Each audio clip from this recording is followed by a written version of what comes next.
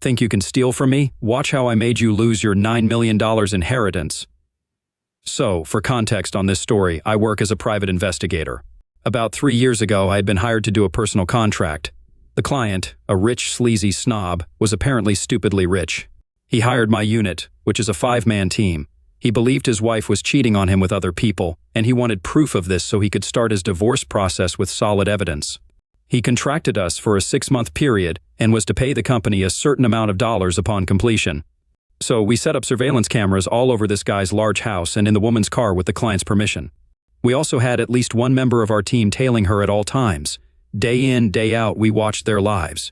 In this line of work, you either get detached or emotionally invested, kind of like watching a soap opera. As we watched them, we quickly saw that this lady was a freaking saint. She volunteered at a soup kitchen, at a children's hospital, and helped with the local church's canned food drives. She was the perfect definition of what a good human should be. On the other hand, the husband was a total bastard. We caught him bringing women to his house on many different occasions. Sometimes he would bring 2 or 3 girls in one day, and that was only what we recorded in the house. We arrive at the 4-month mark, which is basically when we show all of our evidence and give the 3/4 report. We showed him everything we found and had a 6-hour debrief with video and audio support, showing that she hadn't done any wrongdoing other than a speeding ticket and a few double parking situations. After we concluded the debrief, he looked stupefied. He said, "So you didn't catch her cheating? Then what was the point of me hiring you?" My boss, our captain, turned to him with a serious stare, perhaps the most serious and badass-looking face I've ever seen on that man, and said, "You hired us to investigate your wife. You're unhappy that your wife is an honest and faithful woman?" The rich snob was visibly annoyed. He stood up to get his jacket, and my captain said, "Look, there's still 2 months on the contract. We will keep tailing her, and we'll meet again after our contract is up to give you any updates." The snob turned to him and said, "Don't bother. This is over. I'm ending it. Come over when she's not home and get your equipment out." So, a week later, we did exactly that. Now, when contracts like his are made, a small portion is paid up front as a commission fee, and the rest is paid at the end of the contract's allotted time, in this case 6 months. Fast forward to the next payday, after the contract is officially over. My unit gets a call from our office to come in because there's an emergency meeting regarding us and the last contract. We get there and find out the snob pulled the funding and refused to pay us for our work. So, we got some money, but not nearly as much as we should have. We all left super pissed. We went to lunch and brainstormed how to get even with this douchebag. Then we remembered all the house footage of his dirty deeds. At first, we wanted to blackmail him, but that's low, and we're better than that. I remembered the wife, so I reached out to her. I set a date to sit down and explain everything to her. I showed her the videos of her husband cheating, and she cried for a good half hour. I think I broke her whole world. It was gut-wrenching. I then advised her to get a lawyer and gave her all the collected evidence and my business card. The aftermath, fast forward about 6 months. I was called into court because my company was suing him for fraud, breach of contract, and unpaid dues. My company won the case easily because his lawyer's argument was that we failed to deliver the results he wanted, but we weren't hired to deliver a product, we were hired to observe and report. We got paid in the end. I was also contacted by the wife, who thanked me for all the evidence. She got a divorce because of what I gave her. She got almost everything, his huge house, both cars, and a huge cash sum. Moral of the story, don't try to screw over people who specialize in gathering evidence and reconnaissance. Then OP posted an update, so I got back in touch with the wife. She agreed to meet with me yesterday. She was delighted to hear from me. We met up at a local coffee shop and I got to meet her new husband. She also had 2 kids with him and was pregnant with her 3rd. She had been remarried for almost 2 years now. Now, keep in mind this is what she told me, so take it with a grain of salt. She told me how the family of the super snob demanded they get the house back because it was their family's ancestral home. They offered to buy the house from her almost immediately after the divorce hearing. She had a realtor come to evaluate the house. The family wanted to give her $250,000, but the realtor concluded the house's value was closer to $1.5 million. The family kept demanding she sell them the house over the following months. Then she lied to them and told them the house's value was appraised at $5 million, but she would sell to them for a $3.5 million family discount. The very next day, they made a cash offer for the house. Wow, OP, that client is a complete idiot. Like, what did he expect was going to happen? You basically gave him hours and hours of evidence of him cheating, and then he flips you the middle finger? So what, you just delete all those videos of him cheating? What a doofus. Our next Reddit post is from Remarkable Youth. I was working in an organization that was super toxic, so much so that we were a revolving door. Most employees stayed only for a few months. To counter this, our management put a 3-month notice period into everyone's contract, including the existing employees. I believe the idea behind that was to make it harder for employees to find a job, because potential employers didn't usually want to wait for 3 months. However, this didn't work, because most people simply quit and waited for a month or two before starting their job hunt. I was there for almost 4 years. I needed the money, so I put up with whatever abusive stuff was thrown at me. My boss, Vince, was not particularly good, but he sometimes respected the fact that I was the most tenured grunt in the organization. After working there for 2 years, I was doing a lot of extra work in addition to my official responsibilities, primarily because I was the only one who knew how to do them. Anyone else who knew had already left. This will become important later. Enter Raj. Raj was poached from a somewhat infamous company and was literally flown in from a different continent. Raj was brought in to strategically improve our division, which was quite strange given that our division generated the most profits. Within months, Raj made the environment even more toxic. He pulled Vince's team under him, got Vince fired, and actively encouraged the grunts to spy on each other. Raj also had it out for me from day one. I still don't know why, but he started making my life much harder than the others. This culminated in him taking me aside and telling me that I wasn't pulling my weight. At this point, I was doing quite well in the organization and had been handling a lot of additional work, so I was quite angry. I started looking for other jobs. Fortunately, I was able to find one that was willing to wait 3 months. So it was my turn to take Raj aside and tell him that I quit. And boy, was Raj pissed. He went from denial to negotiation to acceptance. At this point, I was called in by HR, and they told me that Raj wouldn't be gone anytime soon. The insane part was that they wanted me to pay the company for the 2.5 months shortfall in notice. I obviously refused and went back to check the contract. It turned out that a notice of less than 3 months could only happen through mutual consent, and the initiating party had to compensate the other party for the shortfall. The next day, I stopped doing almost all of my work. I logged in and logged out, but past that, I did nothing. I stopped doing any additional work that I'd been doing and started taking things really slowly on my primary responsibilities. Since no one understood the details of what I did, I knew it would be very hard for Raj or HR to prove that I was doing this on purpose. Then, I just sat back with my popcorn. Soon, there was a complete meltdown all around. Raj would pull me into meetings, scream and try to bully me, but I would say nothing and just smirk. Next, they tried to have someone shadow me so they could learn what I did. But remember how I was the only one who knew how some of the old systems worked? Well, now.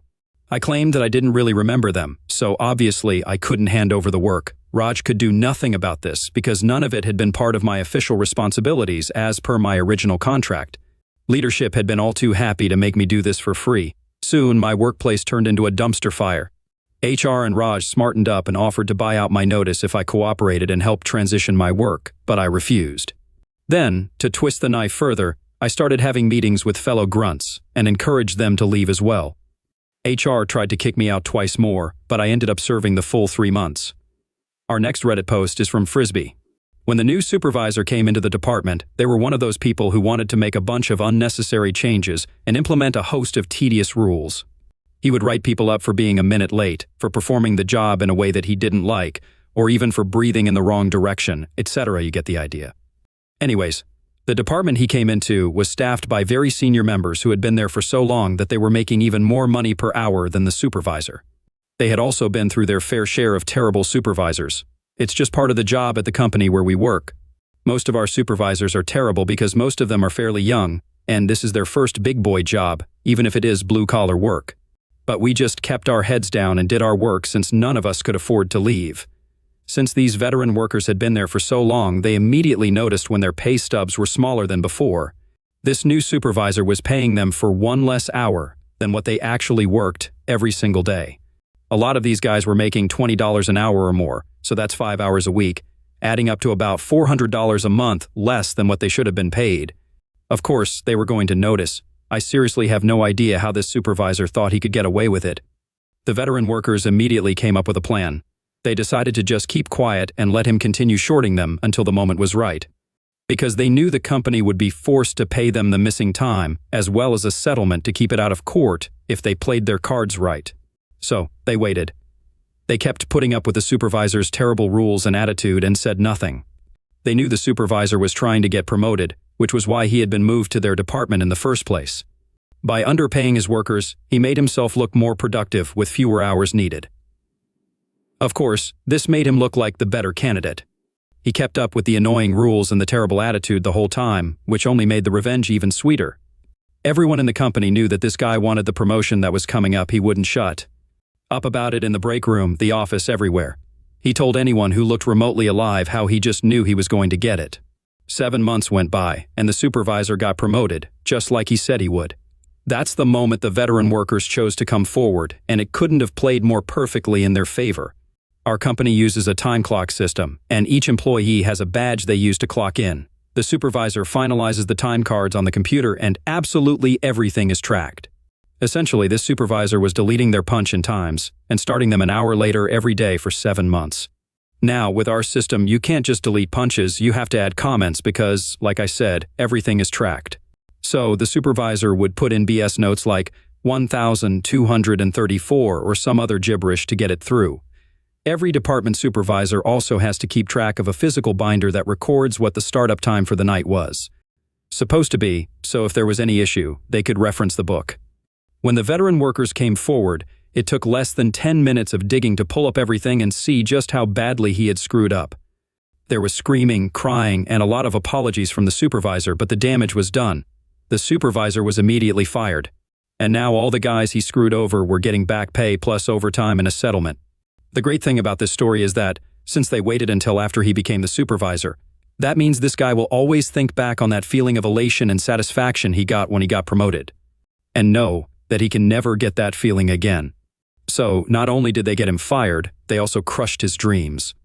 Our next Reddit post is from Thunk. A sweet older lady in our church was a retired nurse. She never married, and she had no kids. She had a heart attack, and while she was in the hospital, her niece and nephew thought she was dying. So they came to her house and took her stuff. Her apartment was small, but she had some very nice crystal and silver and some lovely antique furniture. When she came home from the hospital, she had no dishes and almost no furniture. Her niece and nephew denied it, but the neighbors had seen them carting everything away. Several years later, she passed away. Her most recent will, dated after her heart attack, left $1 each to her niece and nephew. Everything else went to the church. Her estate was worth $9 million. So, I've heard about this. Apparently, the reason why people leave something like $1 to certain people in their will is because that way, they can prove they didn't forget about them. Apparently, people can say, hey, I was supposed to get something, but clearly they forgot, so something's wrong with the will. But no, you got $1, so she didn't forget you. She just didn't want you to have anything. And beneath that, we have this post from Sublimedom. A CO worker of mine is in the midst of a situation like this currently. He used to run errands and do odd jobs for a nice old lady who was in a care home. She had only moved there initially due to her husband's death, but after he passed, she stayed. My CO worker would run errands to the post office, pharmacy, her favorite bakery, etc., twice a week or so while doing his landscaping, and she would always give him like $75 to $100, with holiday bonuses being over $500 occasionally. She was rather well off, and her son had died, so she had no other family around. When she finally passed away, my CO worker was told that he was named as the beneficiary in her will. He was flattered and figured it would be a small but appreciated sum, perhaps a few $1,000s at most. When he got the official call from the lawyer handling the estate, he was absolutely dumbfounded. The actual cash value at the time of the call was approximately $300,000. And this was before the sale of some of the investments, which was projected to add another $100,000. He was willed 20% of her total estate, one of like 4 or 5 people sharing various amounts. The wrinkle here was the daughter-in-law throwing the will into a legal quagmire, since she was left nothing. She argued that the attorney influenced the mother-in-law to exclude her. However, she wasn't featured in either of the 2 previous revisions. Turns out that years prior, the son and that daughter-in-law went behind the lady's back to the husband as he was in declining health, borrowed a large sum of money and essentially disappeared, moving 6 hours east. When the old lady found out, she changed her will immediately, considering that payment to be their inheritance. That daughter-in-law is going to receive exactly what she deserves, a bunch of lawyer fees for a nuisance suit. If things go well, my CO worker will be able to pay off his house, get a new property where he intends to retire, and provide a nice investment portfolio of his own to retire on.